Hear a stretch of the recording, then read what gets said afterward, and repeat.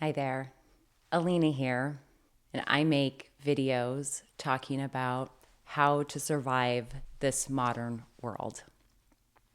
And if you're sitting here thinking, man, 2026 is really starting out to be a doozy, I'd like to offer you this question.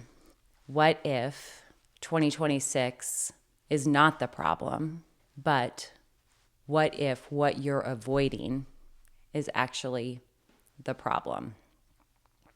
And I'm coming at this, my own perspective is through my lens of recovery from my own burnout and addiction story and recovering a sense of my own loss of self.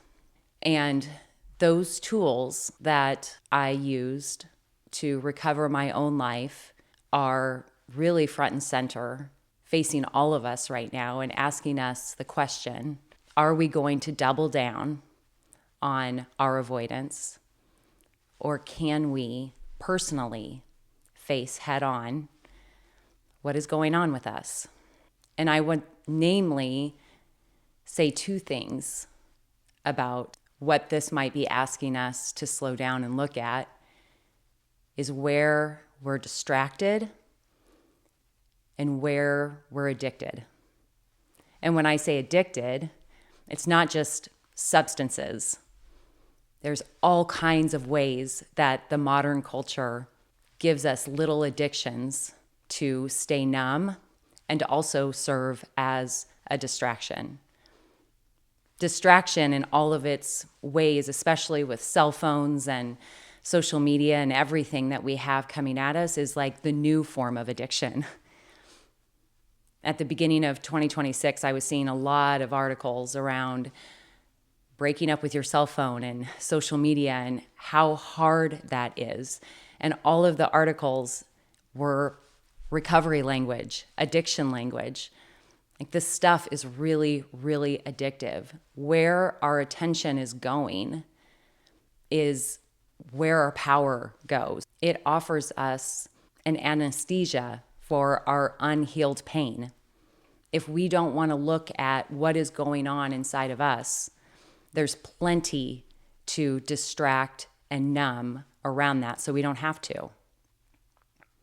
But that's going to get harder and harder as the world gets louder and louder and faster and more chaotic and more weird. And when I say, are we going to double down or finally take this opportunity to go inward, all that I'm suggesting there is, can you slow down? Can you look at what is uncomfortable that you haven't faced? Because as you do that, you're clearing your own channel, making it more clear so that you can make yourself your own sanctuary in this crazy, chaotic world. Essentially, if we want to feel better, we have to learn how to be better feelers. And we're not taught how to do that. In fact, we're often told to keep our feelings to ourselves, to not make other people uncomfortable, that turning inward and taking care of our own stuff is navel gazing, being self-centered. But if you're feeling increasingly anxious, if you're uncomfortable in your body, if your body feels hijacked, constantly tense, you're constantly fearful, you're irritable and moody and overwhelmed, that's all of this unhealed trauma and wounding and conditionings and betrayal of your own self starting to come to the surface and wanting to be seen, wanting to be recognized, wanting to be healed.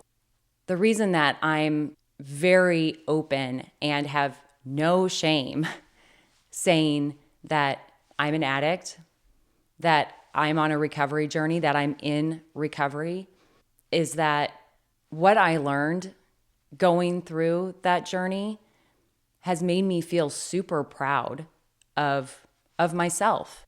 The courage that it took to slow down, delete things out of my life, and really look at what I was up to, how I was hurting myself, how I was hurting other people. And along the way, the people around me in recovery that were walking that journey 10, 20, 30 steps ahead of me, those are some of the best people I know. Because not taking the time to do this, not cleaning up your own side of the street, you can't just ignore it and pretend like it's going to go away and drain out of your toes while you sleep at night.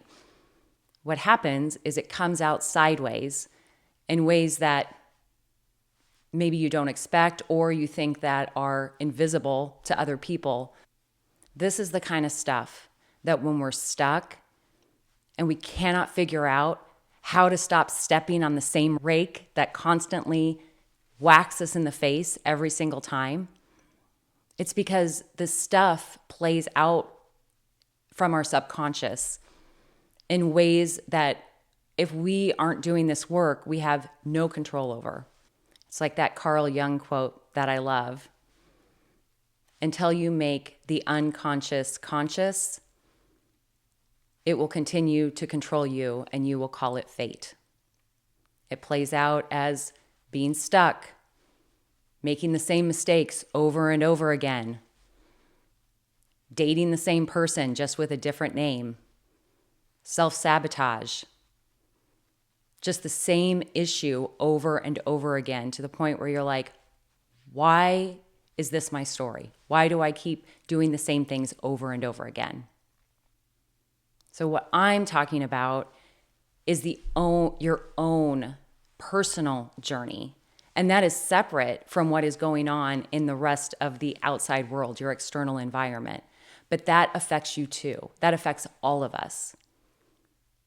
So as the world gets more loud, more updates, more pressure, more alerts, more outrage, are you going to double down and go with it? Or can you sidestep and take a moment to yourself and start to figure out how you can make yourself a sanctuary amid the chaos? The last thing we should be doing right now is avoiding ourselves, distracting ourselves, numbing ourselves. What would it feel like to slow down and really take care of yourself right now? You don't have to be an addict. You can just be at your limit. You can be at your limit with the stress and the overwhelm and the polarization. When we dip into distraction and numbing, it's choosing that form of stimulation over feeling what's real and telling yourself the truth. Can you be subversive right now? Can you generate some rebel spirit and have the courage and the discipline and the commitment to say, my attention is where my power is. Where your attention goes, your energy flows.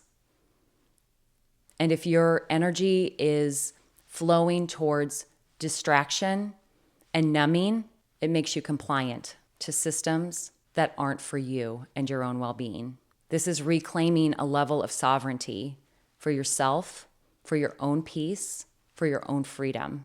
Ask yourself, what do I want and need to regulate my nervous system, how I feel in my body? Can I tell myself the truth? And can I feel what is going on with me and actually feel it and own it? And finally, I would just say, this does not mean that you don't care about other people. I care greatly about other people. I care about all the humans on this planet. But I don't think that my attention was meant to know everybody's business on this planet at every given moment. It overwhelms me. I know that when I take care of myself and I'm grounded and present and calm with inside my body and my mind and my emotions, and I'm taking care of myself, I'm so much more useful to society, to my friends and family and the people that I work with, than if I was completely distracted and numbed and overwhelmed and in outrage all the time. Wherever you're at in this time in 2026, whether you are stuck in addiction and don't want to be, if you're stuck in outrage and overwhelm by everything that you're seeing, let me offer you this. What would it feel like to put yourself first, to honor your own needs and reclaim your sovereignty, and then approach the world from that place? I certainly don't have all the answers. I am not saying that I know how to fix the problem of today at all. I just know in this moment, what I learned in recovery has made me a little bit more resilient in this particular time period. So if any of this has resonated with you, if there's anything that you are doing to keep your sanity, to hold on to your own peace and freedom, I would love it if you would share in the comments.